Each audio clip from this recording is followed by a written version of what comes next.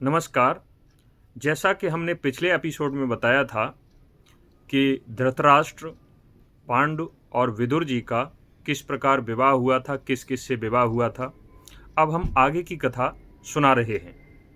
यह कथा महाभारत के आदि पर्व के संभव पर्व के अंतर्गत है। यह है बहुत ही सुंदर कथा है।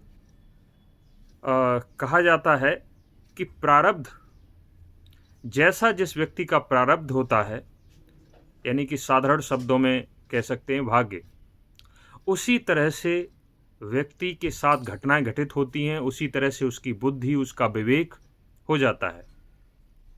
एक कहावत भी आपने सुनी होगी कि होए वही जो राम रच राखा, को कर तरक बढ़ावें शाखा। तो ठीक इसी तरह से यह जो आज की कथा है, इसमें इसी का वर्णन है। अब हम कथा प्रारंभ करते हैं। पांडु का विवाह हो चुका था। 2 पत्नियां कुंती और माद्री, दोनों के साथ सुखपूर्वक जीवन व्यतीत हो रहा था। एक दिन राजा पांडु अपनी दोनों पत्नियों के साथ वन में शिकार खेलते हुए विचरण कर रहे थे। तभी उन्होंने एक मृगों का जोड़ा देखा जो आपस में सहवास कर रहा था, समागम कर रहा था। उसी समय पांडु ने उस मृग के जोड़े पर कई तीर चला दिए। मृग नीचे गिर पड़े दोनों। उसमें से एक मृग मनुष्य की भाषा बोल रहा था। पांडु तेजी से गए उस मृग के पास और बड़े आश्चर्य में, क्योंकि वो मनुष्य की भाषा बोल रहा था। उसने कहा, हे राजन, तुमने ठीक नहीं किया, तुमने हमारे साथ अधर्म किया। राजा पांडु ने कहा कि हे मृग, तुम मनुष्य की भाषा बोल रहे हो, आखिर हो कौन? मृग ने कहा कि मैं एक ऋषि हूं, मेरा नाम किंदम है। मैं किंदम ऋषि हूं और यह मेरी पत्नी है। ऋषि रूप में समागम करने में लज्जा आने के कारण हमने मृग का रूप धारण कर लिया था और हम दोनों समागम करने ही जा रहे थे कि तुमने तीर चला दिए। अगर तुम्हें हमारी शिकार करनी ही थी तो समागम पूर्ण हो जाने देते, उसके बाद ही तुम हमारा वध करते, लेकिन तुमने ऐसा नहीं किया। मृग तड़पता हुआ कहने लगा कि हे राजन, मैं अब तुम्हें श्राप देता हूं कि तुम भी जब अपनी पत्नी के साथ समागम करना प्रारंभ करोगे, उसी समय तुम्हारे शरीर से तुम्हारे प्राण निकल जाएंगे और तुम यमलोक पहुंच जाओगे। और इतना ही नहीं, जिस पत्नी से तुम समागम करना प्रारंभ करोगे, वह भी तुम्हारे साथ साथ यमलोक का अनुसरण करेगी, यानी कि वह भी तुम्हारे साथ ही साथ प्राण त्याग कर जाएगी। ऐसा कह दिया और एक बात और कही कि हे राजन, तुम्हें ब्रह्म हत्या नहीं लगेगी, क्योंकि तुम यह नहीं जानते थे कि मैं ऋषि हूं। इतना कहकर वह मृग और उसकी पत्नी, यानी कि महर्षि किंदम और उनकी पत्नी जो मृग रूप में थे, उन्होंने प्राण त्याग दिए। प्राण त्यागने के बाद राजा पांडु बहुत दुखी हुए और अपने भाग्य को याद करने लगे और कहने लगे कि वास्तव में विद्वान लोगों ने सही कहा है कि प्रारब्ध को बुद्धि या विवेक नियंत्रित नहीं कर सकता, बल्कि प्रारब्ध ही बुद्धि और विवेक को नियंत्रित करता है। व्यक्ति के साथ क्या घटित होना है, कहाँ घटित होना है, किस समय घटित होना है, किस घटना से उसके जीवन में दुख आएंगे, किस घटना से उसकी मृत्यु होगी, सब कुछ प्रारब्ध पहले से तय कर देता है और वह व्यक्ति उसी तरह का आचरण करता है।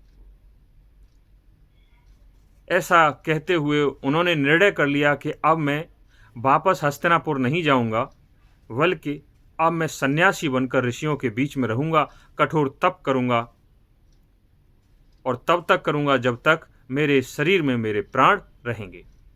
इतना कहकर राजा पांडु ने अपने जितने भी राजसी वस्त्र और आभूषण थे वे उतार दिए और अपने अनुचरों को दे दिए और कहा कि तुम जाकर मेरे बड़े भाई धृतराष्ट्र को ये दे देना और कह देना कि अब हस्तिनापुर के सिंहासन पर पांडु राजा नहीं है। इतना कहकर राजा पांडु ने यह भी कहा कि ये जो मेरी 2 पत्नियां हैं इनको सुरक्षित हस्तिनापुर महल में पहुंचा देना। लेकिन कुंती और माद्री ने कहा कि हम वापस महल में कैसे जा सकते हैं? यदि हम सुख में भी तुम्हारे साथ थे तो दुख में भी साथ रहेंगे।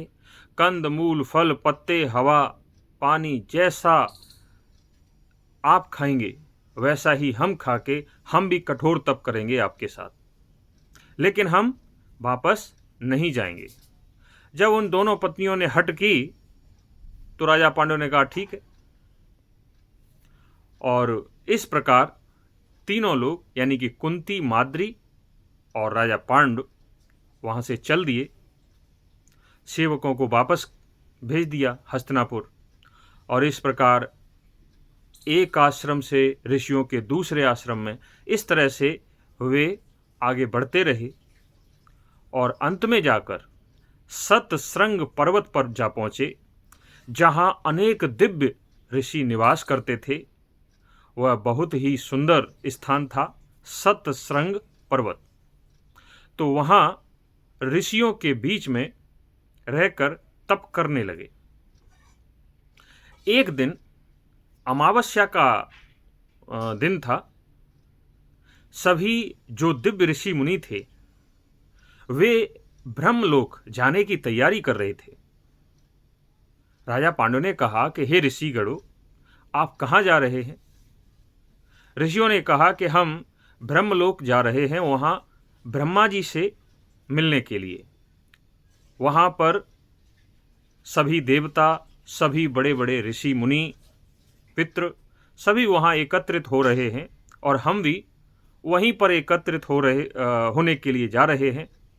ब्रह्मा जी से हम मिलेंगे वहां जाकर। राजा पांडु ने कहा कि यदि आप जा रहे हैं तो आपके साथ मुझे भी ले चलिए, मैं भी चलूंगा, क्योंकि मेरा स्वर्ग का रास्ता तो बंद हो गया। स्वर्ग के आगे जो ब्रह्मलोक है, कम से कम मैं आपके साथ ब्रह्मलोक ही चला जाऊं, क्योंकि जब मुझे श्राप मिला था उस समय मैं निसंतान था, मेरी कोई संतान नहीं हुई थी और अब तो संतान हो ही नहीं सकती क्योंकि मुझे श्राप दे दिया है। तो ऋषियों ने कहा कि हे राजन, आप ब्रह्मलोक नहीं जा सकते, वहां जाना बहुत कठिन है। और रही बात स्वर्ग की, तो तुम स्वर्ग जाने की तैयारी करो। राजा पांडु ने कहा कि मैं स्वर्ग कैसे जा सकता हूं? लोग कहते हैं कि जो संतानहीन पुरुष है वह स्वर्ग नहीं जा सकता। और वैसे भी जब मनुष्य जन्म लेता है तो 4 ऋण उसके ऊपर होते हैं। पहला ऋण देव ऋण, जिसे यज्ञ द्वारा चुकाया जाता है। दूसरा ऋषि ऋण, जिसे स्वाध्याय और कठोर तप करके चुकाया जाता है। अगला मनुष्य ऋण, जिसे लोगों पर दयापूर्वक व्यवहार करते हुए, लोगों का भला करते हुए चुकाया जाता है। और जो पितृ ऋण होता है वह तो तभी चुकाया जाता है जब संतान हो, पुत्र हो, लेकिन न मेरा कोई पुत्र है न संतान है। तो ऐसी स्थिति में मैं स्वर्ग कैसे जा सकता हूं? ऋषियों ने कहा कि हमने दिव्य दृष्टि से देख लिया है कि तुम पुत्रवान होगे, तुम्हारे कई पुत्र होंगे और वही तुम्हें स्वर्गलोक भेजेंगे, यानी कि उन्हीं के कारण तुम स्वर्गलोक जाओगे। इतना कहकर वे सभी ऋषि मुनि चले गए। अब राजा पांडु सोचने लगे कि ऋषियों ने कहा है कि मैं पुत्रवान बनूंगा, उधर मुझे श्राप भी मिल चुका है। तो ये जब सोचने लगे तो तभी धर्मशास्त्र के अनुसार उन्हें याद आया कि पुत्र तो 12 प्रकार के होते हैं और जिसके घर में केवल पुत्रियां हैं, यानी कि जिसको कोई पुत्र उत्पन्न नहीं हुआ, केवल पुत्रियां उत्पन्न हुई, तो पुत्र के कारण ही श्राद्ध कर्म होता है और पुरुष स्वर्गलोक जाता है। तो फिर जिसके पुत्रियां हैं उसका श्राद्ध कर्म कैसे होगा